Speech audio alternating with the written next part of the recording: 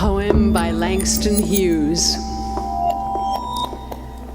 Droning a drowsy syncopated tune, rocking back and forth to a mellow croon, I heard a Negro play down on Lenox Avenue the other night by the pale, dull palla of an old gaslight.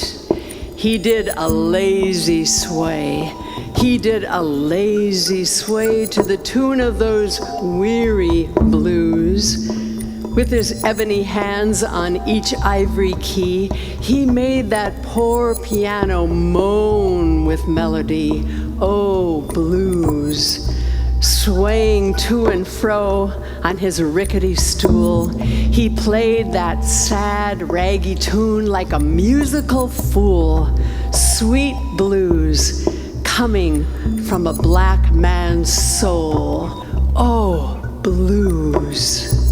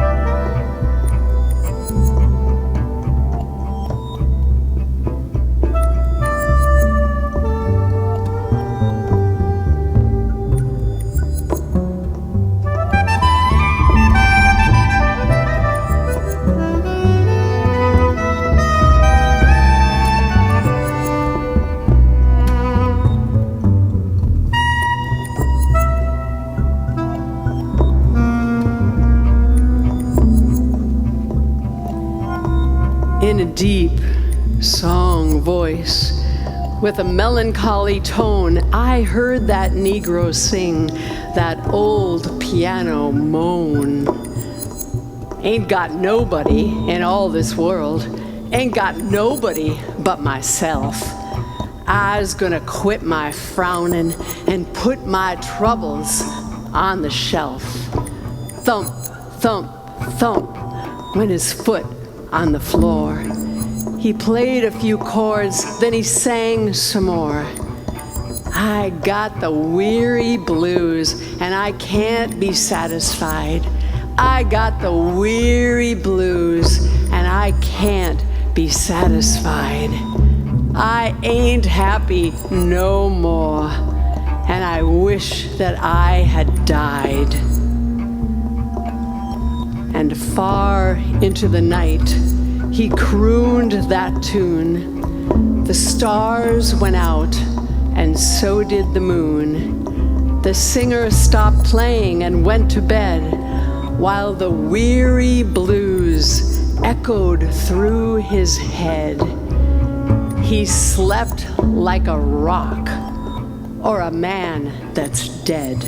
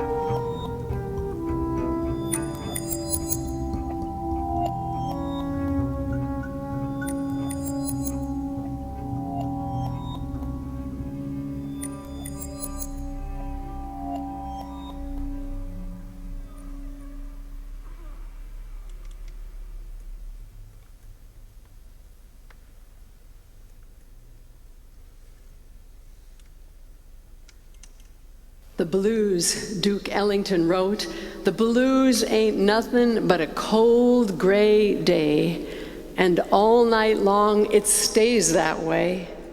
The blues is a one-way ticket from your love to nowhere. The blues ain't nothing but a black crepe veil ready to wear.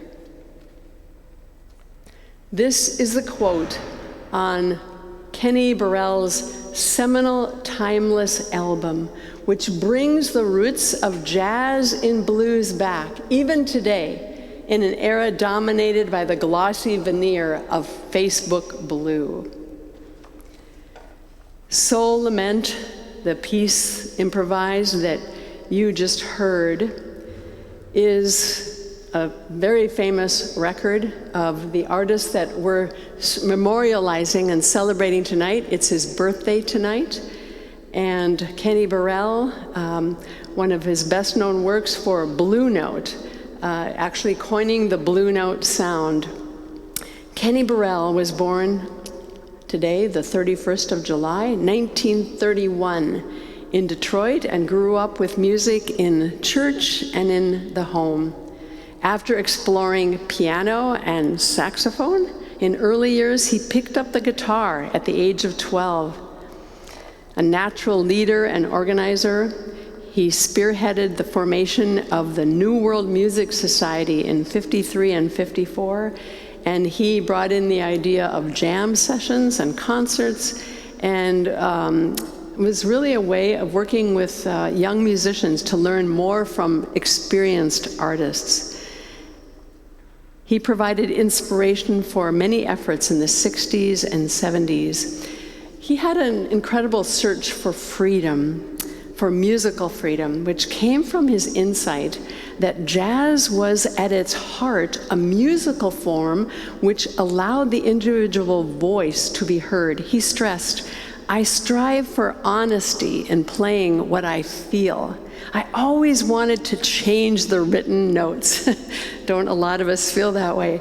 Improvisation is the essence of jazz, and I have to play the way I feel, he said. He looked at the blues for artistic and spiritual inspiration and claimed that jazz and blues were inseparable for him. Most important for him was a depth of feeling, honesty, individuality, and a spiritual connection.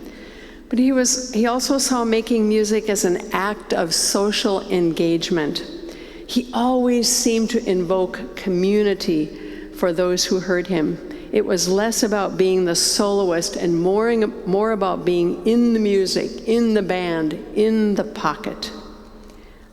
It's interesting to note that at a time when jazz was really frowned upon, he was taking this class in academics, and he kept trying to raise the subject of jazz as a topic of discussion, but the professor considered jazz absolutely unworthy. So he became a professor at UCLA, and of course, what did he do? He talked about Duke Ellington, because he thought Ellington's genius offered the most potential impact, and Ellington's spiritual connection to music and his profound individuality remains central to Burrell's philosophy. And here's a final quote I want to read. Kenny Burrell said, "Don't be afraid to be yourself, because that's where your real strength is, and you can't be anybody else anyway." Burrell said in a 2010 interview, "My inspiration comes from the message Duke Ellington gave. You are unique. Be yourself. Put yourself out there.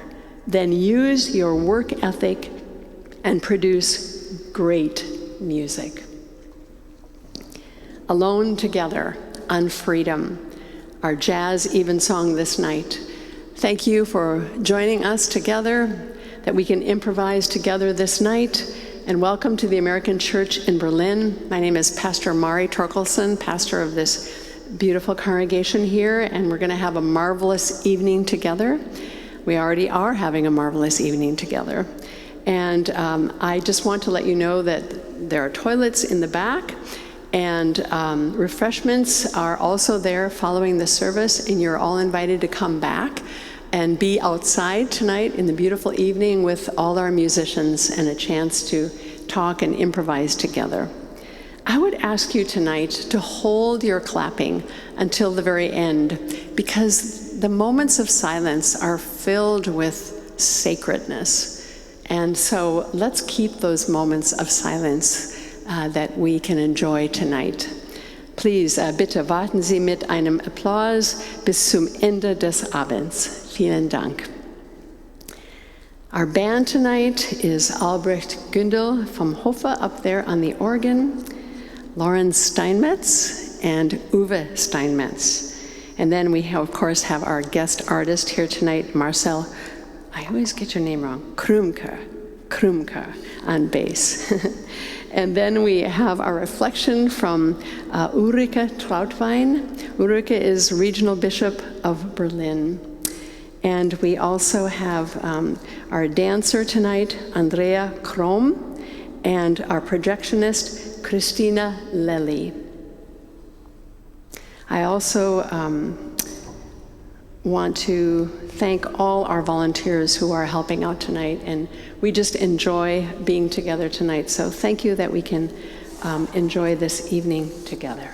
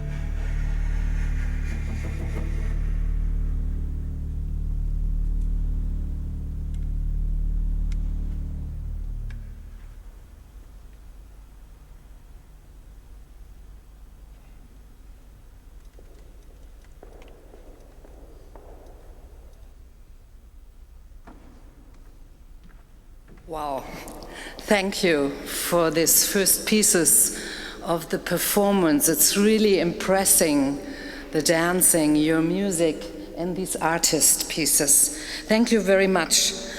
The artists will continue to interpret the ICD-10 for us.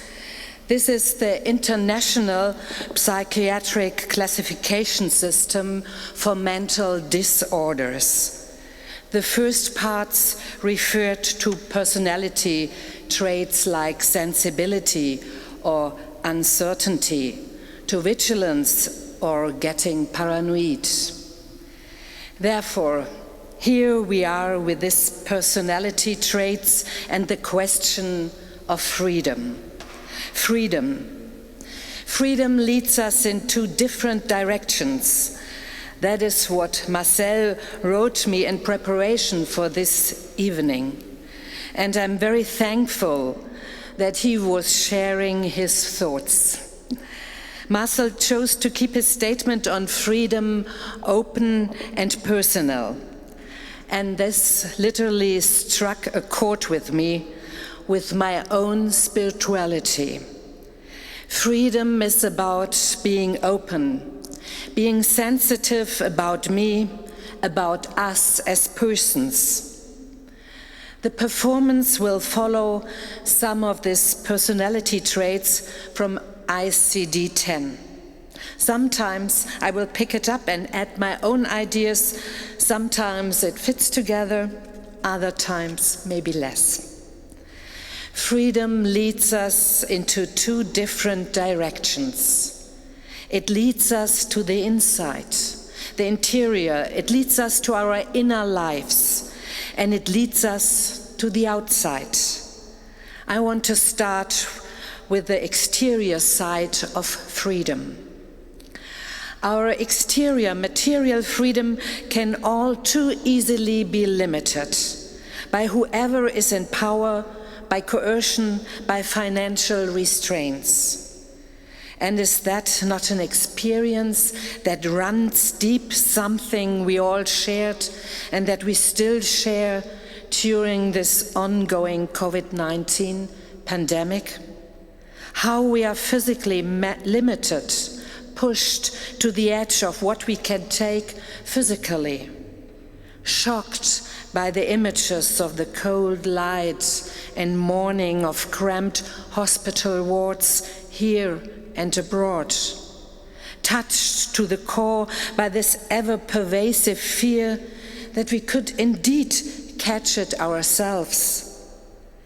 And that fear grows again in those days where the rate of infections is increasing again. There is so much to lament, but we have very few occasions to do so together in a protected environment like tonight. So many are in financial and social distress in so many parts of our culture, and particularly in the arts, hardship and struggle and sorrows, that it was we must bring before our God, show our empty hand and ask, God, how long? The limitation of exterior freedom of our bodies and our spaces is really hard. Some say it is God, God is doing it to us. Some say that the government or secret circles and hidden groups are trying to enslave us. Racist and anti-Semitic sentiment is fueled and burning up again. That is the other side of spirituality, the other side of faith. It is fear and negativity taking over, winning over our minds and souls. I believe that this is a fatal reaction to the limitation of freedom. The flaw that we as humans can't accept how vulnerable we are to chaos and to sickness and senselessness. We have to assume it is about us, personally, our egos. We have to make it about us. Too many people try to give an abstract danger a face, so we fall back to scapegoating and hatred and shouting and fear. Because we want to fight this limitation of freedom that we fear is a limitation of our souls and minds. How this neuroticism and unhappiness can be tied to the measures that are meant to save lives and help others, I don't understand. That is beyond me. Maybe they are cries for help.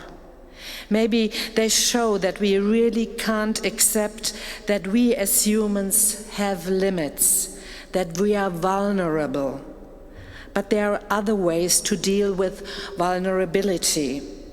The story of Christ and the martyrs being one way that stands against hatred and fear and the me first mentality.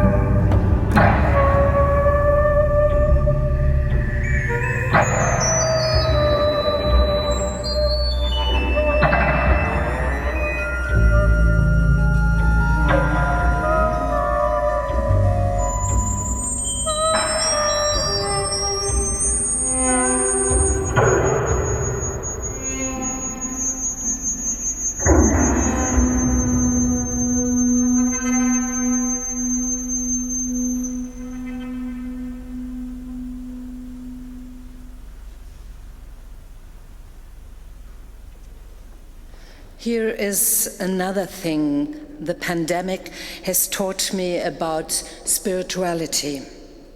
How we can move from shock, from disruption, from not being able to move to a new focus.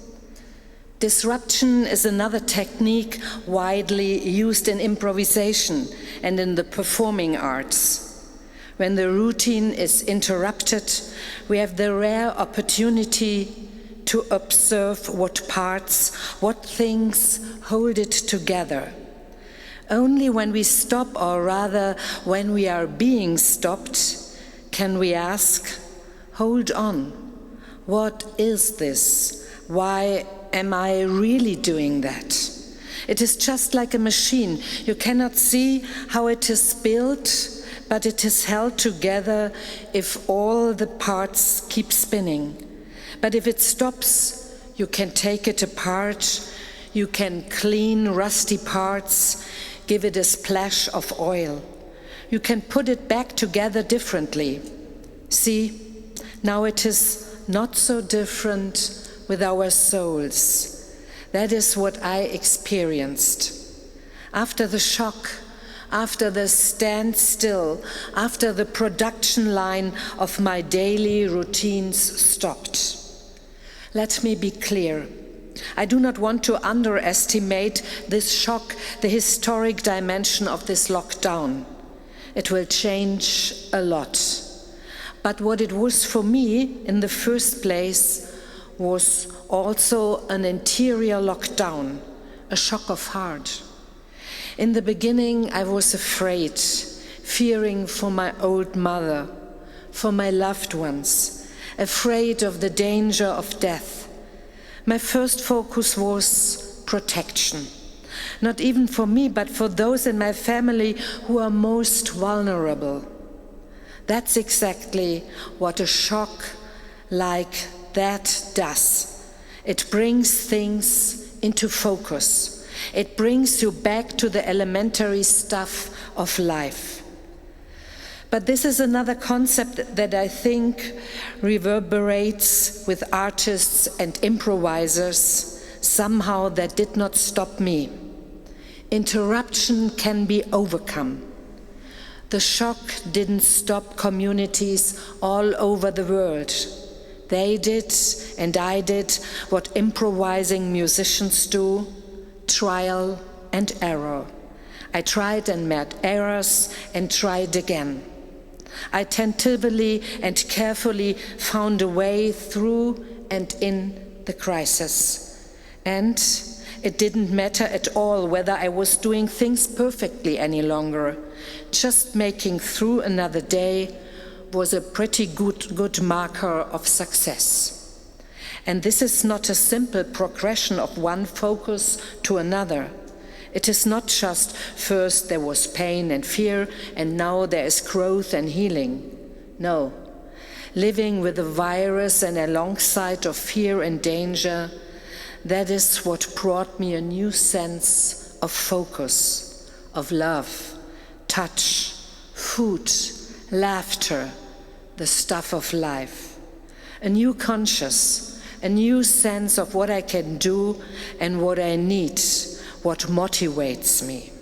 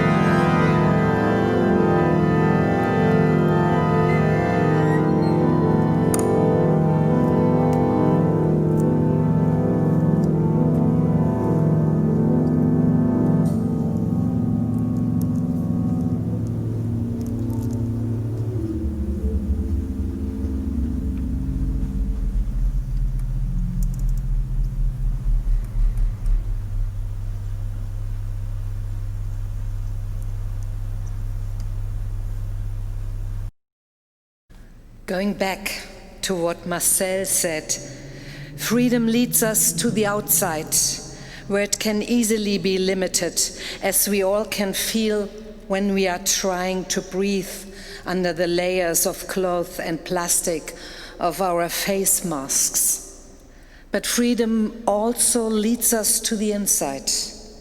And I, for one, have strongly felt that during the pandemic, my inner freedom has not been limited at all.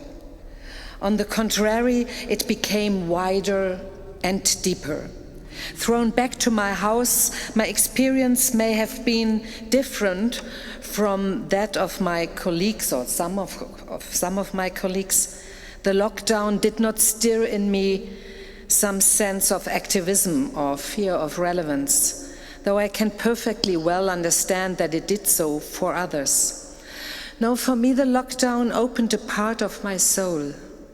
I also received the gift of a different time flow. Now flow is something that jazz musicians can talk about a great deal. But for me, not having to rush to meetings, having been relieved of so many events I used to think they were essential and necessary, that gave me a new sense of time. It gave me temporal freedom. It slowed me down. And I started to give others the advice. I started saying, now is the time to be quiet and listen. Find back to the sources of your inner strength. Reconnect with God. When else are you going to do it? So strangely enough that my external freedom was limited, my inner freedom grew. It might sound like a typical religious experience, with all the martyrs and prisoners who became our leaders through Christ, who grew and opened up precisely when they were being incarcerated and locked down. Please don't misunderstand me. I don't want to compare my quiet, luxurious situation with all these brave people who really suffered. I just want to say, for me, the pandemic unlocked and expanded my spirituality. I used the time to study scripture, to meditate, to take long walks, to breathe consciously. I embrace time without time having to be efficient, having to be filled. Something I had lost and now I was found. There was liberation in finding back to Christian and religious sources for freedom. We knew all along, but kept pushing aside because of our busy agenda. Simple as that. The impact of the pandemic has been felt particularly intense in the religious communities.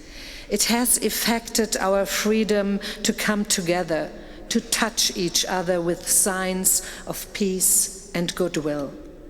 We cannot mix our voices in congregational song, as we cannot risk also mixing the aerosols that could carry the virus. This freedom, a foundation of worshipping, has been interrupted. It remains interrupted. This feeling of the other, of being in presence of God when we physically feel our strong community, when we stand and pray and eat together, stronger than we could ever be on our own. But when turning to the outside became difficult and limited, we improvised globally and locally. We remained active. We remained in touch without touching. And this really strikes me as remarkable, how we are so wonderfully made and full of potential as humans, that we can improvise under such life-threatening circumstances. That is what we did.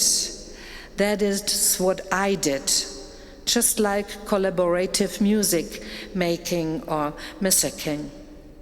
Thus, as we hope that our external freedom will thrive and become safe and warm and empowering again, we can learn from these crazy times. And not the least from what Marcel says, we make our own freedom from the inside as we improvise, carry the wounds in our hearts, try and fail, feel the new flows and get carried away. Acknowledge our vulnerabilities, focus on the elementary stuff, and continue to grow and to explore. We make our own freedom, but it is already laid into our DNA, into our souls. And if we listen to God and to others, we can also receive freedom anew, and in ways we could never imagine. Let the Almighty God, Creator, Redeemer, and Refresher, grant us this today and tomorrow.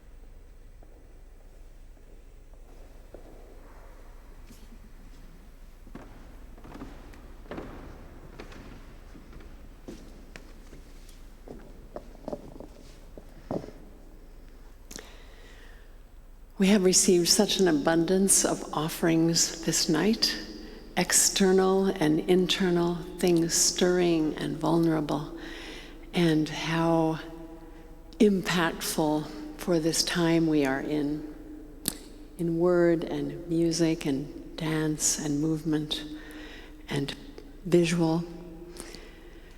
So it is our chance tonight also to offer, and I want to extend to you an opportunity to give tonight a donation.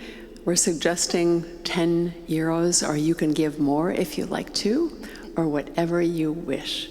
As you leave tonight and go outside, you may feel free to offer your donation. Thank you very much. And now let us move into this time that many of us yearn for, especially alone together, this time of freedom, of internal freedom, as we move into a time of silence. So let us now draw near to our Creator, to our inner presence, to the inner presence that awaits us, so that we can be alone together, drawing near to the Spirit, listening to the work of the Spirit stirring within us, so that we can be transformed. We take now a time of silence.